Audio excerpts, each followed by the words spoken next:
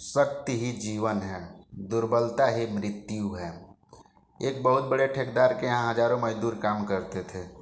एक बार उस क्षेत्र के मजदूरों ने अपनी मांगों को लेकर हड़ताल कर दी।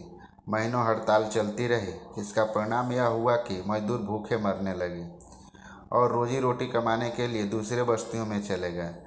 लेकिन दूसरी बस्तियों के गरीब मजदूर इन बस्ती में आ पहुँचे। ठेकेदार नित्य ही ऐसे लोगों की तलाश में रहता था जो उसके ठेके का काम पूरा कर सके। एक दिन वह ठेकेदार बस्ती के चौराहे पर आकर खड़ा हो गया। तभी एक मजदूर कंधे पर कुदाल लिए वहां आया। ठेकेदार ने उससे पूछा, क्या मजदूरी लोगे? मजदूर ने जवाब दिया, 10 रुपये। ठेकेदार ने उससे कहा, अच्छा ठीक है, जाओ और जाकर मेरे ईंटों के भट्ठे के लिए मिट्टी खोदने का काम शुरू कर दो।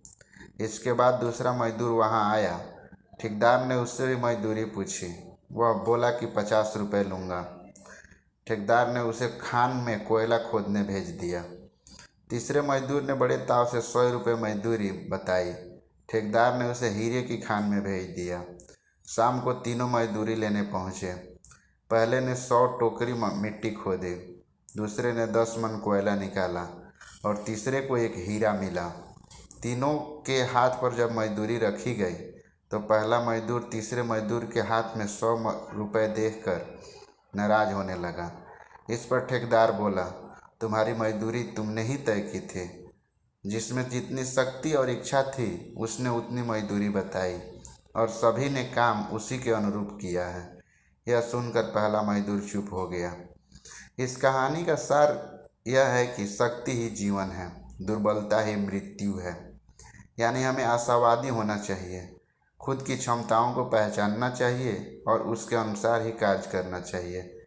इस कहानी में तीनों ही मजदूर ने समान मेहनत की, लेकिन तीनों के कार्य का स्थान अलग अलग था, जो उनमें अंतर लाता है। साथ ही तीनों ने अपनी काबिलियत को अलग अलग आंका। इसी वजह से एक को कम, दूसरे को अधिक और तीसरे को और अधिक पैसा मिला। शिक्षा: खुद को कमतर न समझें, अपनी क्षमताओं और ज़रूरतों को पहचानें और उसके बाद ही अपने काम की कीमत तय करें। बाद में न पछताएं। दूसरों की देखा देखी भी अपनी कीमत तय न करें। कई बार ऐसा भी होता है कि हम उतना काम नहीं कर सकते जितना सामने वाला कर लेता है। और अंततः एक कोट, दो बोल प्यार के क्या कमाल दिखाते हैं, लगते हैं दिल पर और चेहरे खिल जाते हैं।